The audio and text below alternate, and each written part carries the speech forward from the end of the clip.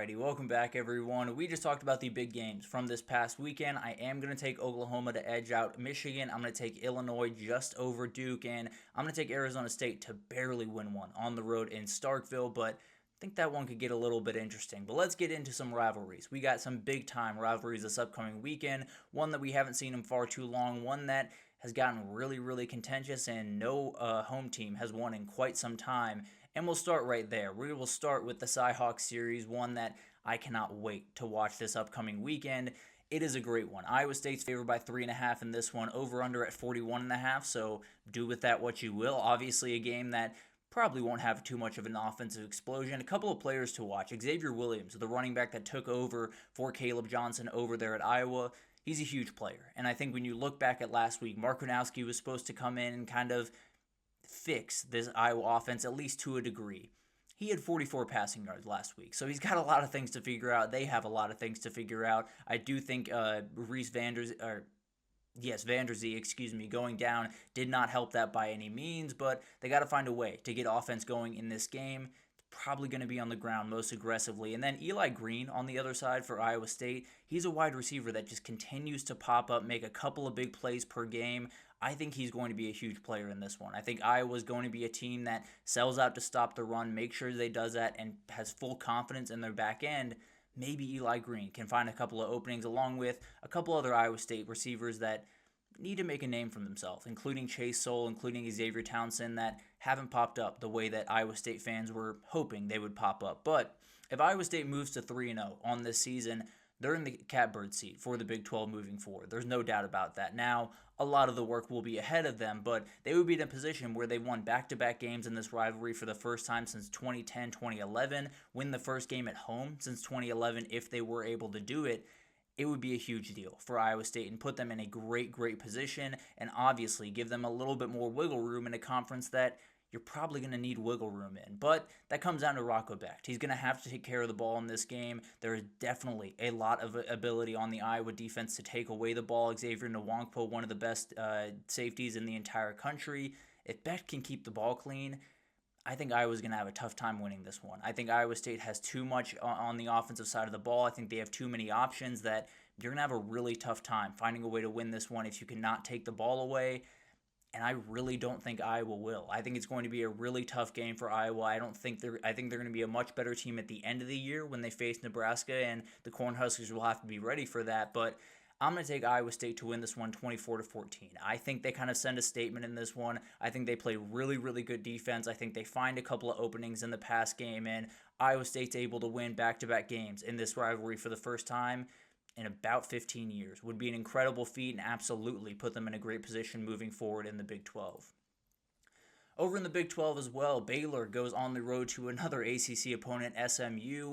This is a really interesting one. SMU is favored by 2.5, over under at 64.5, so we could have a little bit of fun in this one, but it is going to be a game where Baylor's coming off a game against an Auburn team that I think people aren't fully understanding, or not fully respecting, I should say.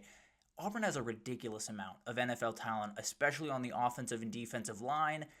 SMU doesn't as much. Now, they do have some dudes that I think are going to be really great players. They also lost some dudes to the NFL that I think are going to be great players in the NFL last year. So you're in a position where you have to be able to slow down this Baylor rushing attack. Auburn was able to do it very efficiently.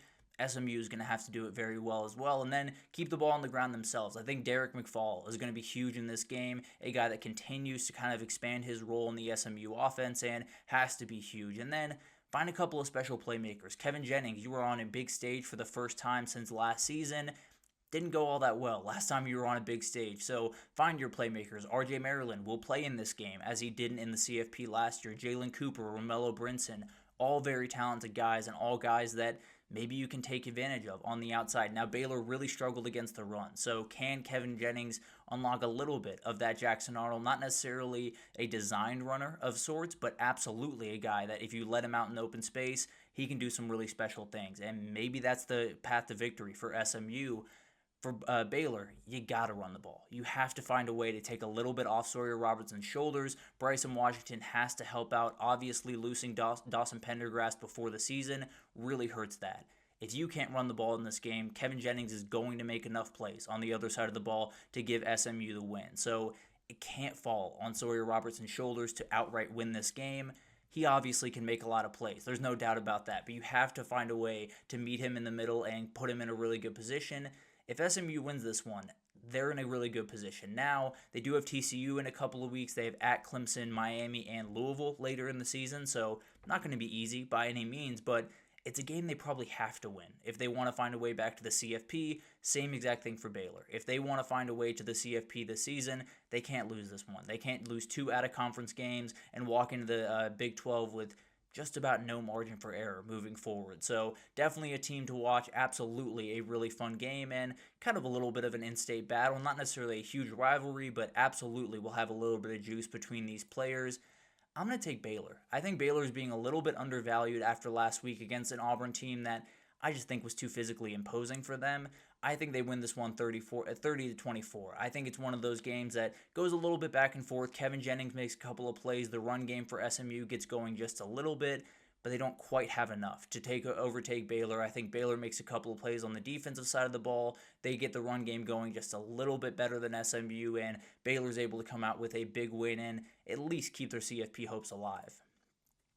Then we got the Border War, a game that I cannot wait to watch because it's a game that I missed for a lot of my childhood. The last time they played this one was in 2011. 2007 was the incredible one between Chase Daniel and Tommy Reesing.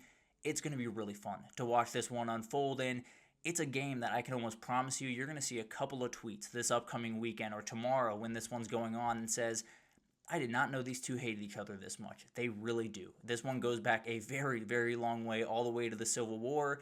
This one has a little bit of juice to it. I can promise you that. Now it's a little bit different. Obviously, it's been a while since they've played. A lot of these teams are a little bit more national than, local that they used to be. So maybe it won't have as much juice around those two teams. I can promise you it'll have some, especially around those two coaches. They understand what this is all about. It is going to be very aggressive. I think the two running backs, Daniel Highshaw for Kansas, Ahmad Hardy for Missouri, are the two guys to watch. If Missouri can run outside zone, it's going to be a really long day for Kansas in this one. If Kansas can get Jalen Daniels in that run game going, Missouri's going to have to try to keep up. It's going to be a back-and-forth game in my mind. I think it's going to be a really, really fun one. Missouri's won 3 straight, going back to 2011. This time it's Bo Perebla against Jalen Daniels. Two guys that very, very different guys in a lot of different respects. Bo Perebla is still trying to make a name for himself, still trying to make some waves.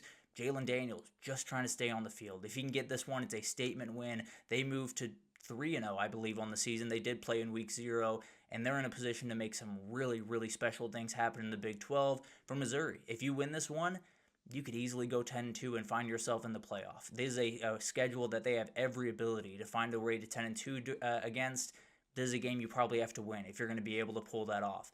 I think the run games in this one are special. I think it's going to be a little bit back and forth. I think both quarterbacks make some plays. I think Daniel Highshaw and Ahmad Hardy make some big-time plays. I'm going to trust Jalen Daniels to make one more play than Bo Perebla. I'm going to say it's 27-24. I think both these teams start a little bit slow. Everyone sells out against the run. And then these quarterbacks start to make a couple of plays in the second half. Jalen Daniels, maybe he just gets the ball last, and they find a way to win this one. I think Kansas gets a massive one. I think Missouri is looking at a little bit of a tightrope walk if they're going to want to do the things that they set out to do this upcoming season. And Kansas firmly in the mix to make a little bit of a Big 12 run, maybe a little bit more of a run than we even thought going into this season. Then we got South Florida at Florida, another in-state rivalry that will be really interesting. You have a South Florida team that's coming off as big of a win as just about anyone not named Florida State had this past weekend over Boise State. They totally dominated them on a Thursday night. And now you go to a game where if you win it, you're firmly the number 1 team in the CFP for the G5. I don't care if JMU wins tonight. I don't care what happens in the group of 5 the rest of the way. South Florida will be the team to beat.